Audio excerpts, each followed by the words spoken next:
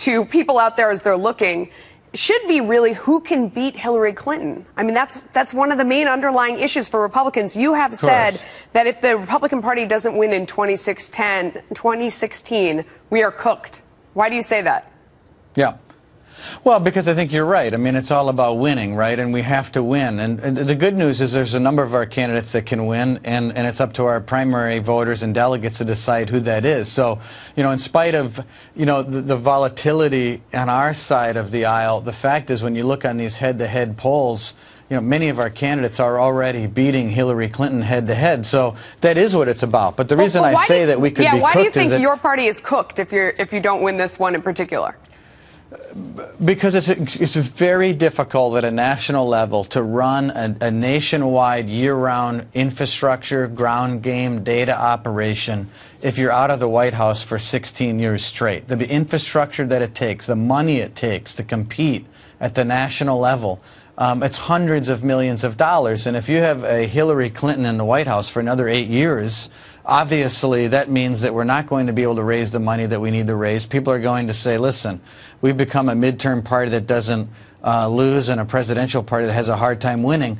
That's a conclusion that we can't get to, and I don't think we will, but we're going to have to be really good to win in 2016. I think we will. Speaking of that, who do you think has the most momentum going into tomorrow?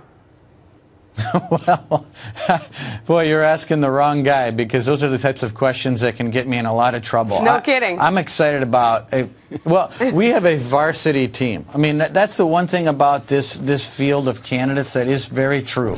I mean, these are accomplished people, whether they're polling at the top or they're polling, more in the middle or at the bottom. The point is, every one of these candidates have done a ton with their lives, and they're great leaders. And so I think it's really hard for people to decide who should be the nominee. Do you think there's been too much shooting inside the tent on the Republican side? You look at the latest dust up with Ben Carson? Yeah. Well, I mean, I don't know. I don't think our candidates are necessarily going over the line. I think there's some jabs and some pokes here and there, but I don't think it's anything out of the ordinary or terribly troubling. I think it's a matter of making sure that we have fair media, and when the media is not fair, I think it's really important that us as Republicans shoot back and say, listen, this is out of line, and you guys need to get your act together, which is what you've seen really over the last couple of weeks. Chairman Priebus, thank you so much for coming on. Hey, look forward to tomorrow. Thanks. Absolutely.